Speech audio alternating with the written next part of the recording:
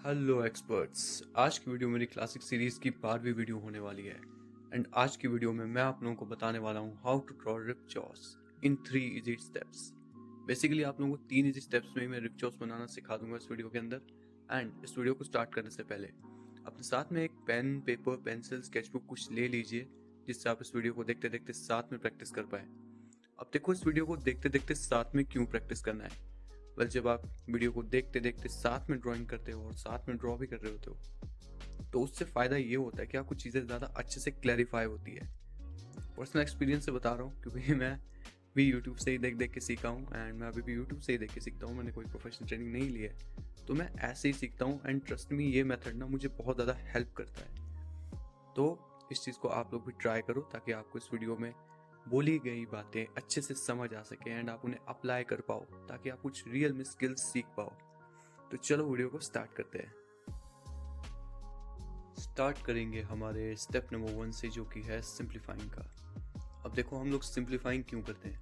Well, simplify इसीलिए किया जाता है ताकि हम लोग खुद को समझा सकें कि जो भी सब्जेक्ट या फिर रेफरेंस हम लोग ड्रॉ कर रहे हैं, वो हमारे पेपर के ऊपर सबसे पहले तो कितना कितना स्पेस घेरेगी, एंड सेकंड उसके एंगल्स कैसे हैं, थर्ड उसका प्रोपोर्शंस कैसे हैं। बेसिकली आप स्टेप 1 में 3 चीज़ों का ध्यान रखोगे, जो कि होंगे आपके पेपर के ऊपर आपके सब्जेक्ट का प्लेसमेंट, उसके एंगल्स और उसके प्रोपोर्शंस। प्रोपोर्शंस का मतलब होता है कि कौन सी चीज़ किसी चीज़ की तुलना में कितनी डिस्टेंस पर है या कितनी छोटी बड़ी है। फॉर एग्जाम्पल, अगर आप मेरा चेहरा ड्रॉ कर रहे हो, तो मान लो ये जो आँख है, ठीक है, इस आँख से लेकर इस आँख तक का जो ये बीच वाला डिस्टेंस है, ये कितना है ना। या फिर लेट्स से कि इस आँख के कंपैरिजन में मेरा नोज कितना बड़ा है। ये सारी चीज़ों को आप प्रोपोर्शंस कहते हो। एंड इस तरीके से आप इन लोगों को जज करते हो। बेसिकली इनके बीच का डिस्टेंस देखते हो कि कौन सी चीज़ किसकी तुलना में कितनी बड़ी है। उस चीज़ को प्रोपोर्शन जजमेंट करना कहते हैं। अब देखो, हम लोग ये 3 चीज़ें स्टेप 1 में ही क्यों सेट करते हैं। इसका सबसे पहला रीज़न तो यही है, बिकॉज क्योंकि स्टेप 1 में ही ये सारी चीज़ें सेट होनी चाहिए। क्योंकि अगर आप लोगों का बेस खराब हो जाए, लेट्स से आप लोग कुछ ड्रॉ कर रहे हो, लेट्स से कि आप किसी का चेहरा ड्रॉ कर रहे हो और वो इस तरीके से, बट आपका एंगल इस तरीके का बन गया है, समझ रहे हो ना, आपका स्केच जो है ख़राब हो जाएगा जब आप उसे फिनिश करने जाओगे। तो आपसे वो मिस्टेक नहीं होनी चाहिए। इसीलिए हम लोग स्टेप 1 सिंप्लीफाइंग का यूज़ करते हैं, जहाँ पे हम लोग सिंपल सी स्ट्रेट लाइंस खींचते हैं, जहाँ पे हम लोग एंगल्स भी जज कर रहे हैं, प्रोपोर्शंस भी जज कर रहे हैं, एंड ओवरऑल प्लेसमेंट कर रहे हैं कि ये जो हमारा रेफरेंस है, ये पेपर के ऊपर कितना कितना ड्रॉ होगा और कहाँ पर कितना कितना स्पेस ये घेरेगा। अब इसको करने से फ़ायदा ये होगा कि जब हम लोग सेकंड स्टेप की तरफ बढ़ेंगे, तो हमें डिटेलिंग भरने में ज़्यादा प्रॉब्लम नहीं आएगी। वरना जो एक छोटी छोटी प्रॉब्लम आती रहती ना, कई सारे बिगिनर्स लोगों को मैंने देखा है कि जब स्टार्टिंग में फेस करते हैं। इनफैक्ट मैं भी जब एक बिगिनर था, तो मुझसे कभी कोई आँख ऊपर बन जाती थी, कोई नीचे बन जाती थी, कभी मुंह टेढ़ा बन जाता था, कभी क्या हो जाता था, है ना। ऐसी छोटी छोटी प्रॉब्लम्स ना आती रहती है। बट इन सारी चीज़ों से अगर आपको बचना है, इन सारी चीज़ों को अवॉइड करना है, तो आपको स्टेप नंबर 1 सिंप्लीफाइंग का यूज़ करना ही पड़ेगा। वंस जब आप लोग सिंप्लीफाई कर लो, अपने रेफरेंस को स्ट्रेट लाइंस में ब्रेक डाउन कर लो और जज कर लो कि हाँ, ये चीज़ इस एंगल में है, ऐसे ऐसे बनी हुई है, तो उसके बाद आपको उसे हल्का हल्का इरेज कर देना है, जो आपने बेसिक स्ट्रक्चर बनाया होगा। अब देखो, उस बेसिक स्ट्रक्चर को हम लोग इरेज क्यों करते हैं। वेल, उसे इरेज इसलिए किया जाता है ताकि जब हम बाद में उसके ऊपर काम करें, तो हमें ज़्यादा कन्फ्यूजन ना हो।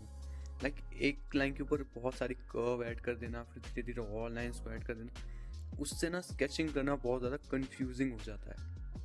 पता नहीं चलता है कि कौन सी लाइन कर्व है, कौन सी स्ट्रेट है, और फिर समझ जाओ, मेहनत करने का कोई फ़ायदा नहीं रहेगा।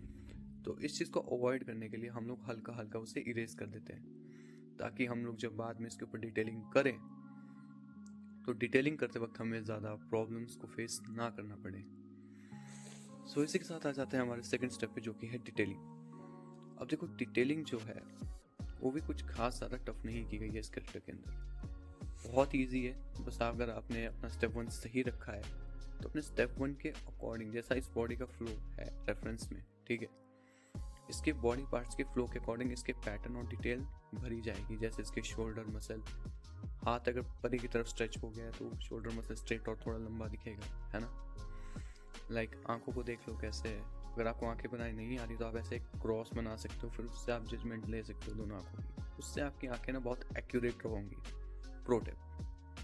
तो अब जैसे कि बाकी डिटेलिंग्स आप लोग देख ही सकते हो, आपको हल्के हल्के डिटेल ऐड करनी है। बहुत ही ज़्यादा इजी काम है। जो स्ट्रक्चर पहले खड़ा किया था उसके अंदर हम लोग कर्व्स को ऐड कर रहे हैं और कुछ डिटेल और टेक्सचर को ऐड कर रहे हैं।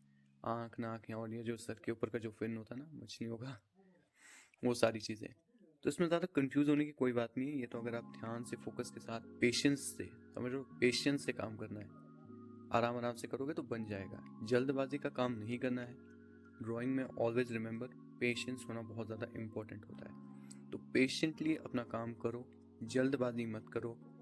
याद रखो, जल्दी का काम शैतान का। तो जब हमारा डिटेलिंग भर के भी कंप्लीट हो जाए तो उसके बाद हम लोग अपने लास्ट स्टेप की तरफ बढ़ेंगे, जो कि होगा इंकिंग का। अब देखो, इंकिंग करना तो बहुत ही ज़्यादा इजी काम है, राइट। बचपन में हम लोग जब ड्राइंग करते थे तब भी हमारे को टीचर्स कहते थे कि कुछ लोग, है ना, जो भी तुमने ड्रॉ किया हुआ है अभी, इसको ना स्केच पेन से आउटलाइन कर दो। बचपन में इसलिए बोलते थे क्योंकि कलरिंग करते हुए बाहर नहीं जाना चाहिए। अभी आप लोग इस स्टेप में थोड़ा सा एडवांस हो जाओगे। जैसे कि आप लोग रेफरेंस में देख सकते हो कि जो आउटलाइनिंग इस कैरेक्टर की हुई है ना, वो काफ़ी पतली पतली लाइन से हुई है। तो हम लोग यहाँ वॉल पेन का यूज़ करेंगे, बट अगर ये लाइन मोटी होती तो हम लोग स्केच पेन का यूज़ करते। बस इतना ही फ़र्क है। एंड आप चाहो तो हैचिंग का वगैरह का यूज़ करके यहाँ पे वैल्यूज़ भी ऐड कर सकते हो। और अगर आप ये सारे स्टेप्स सही से फॉलो करोगे तो आपका बेस भी स्ट्रॉन्ग बनेगा एंड आप इसे ड्रॉ भी कर पाओगे। सो मैं आपसे मिलता हूँ नेक्स्ट वीडियो में।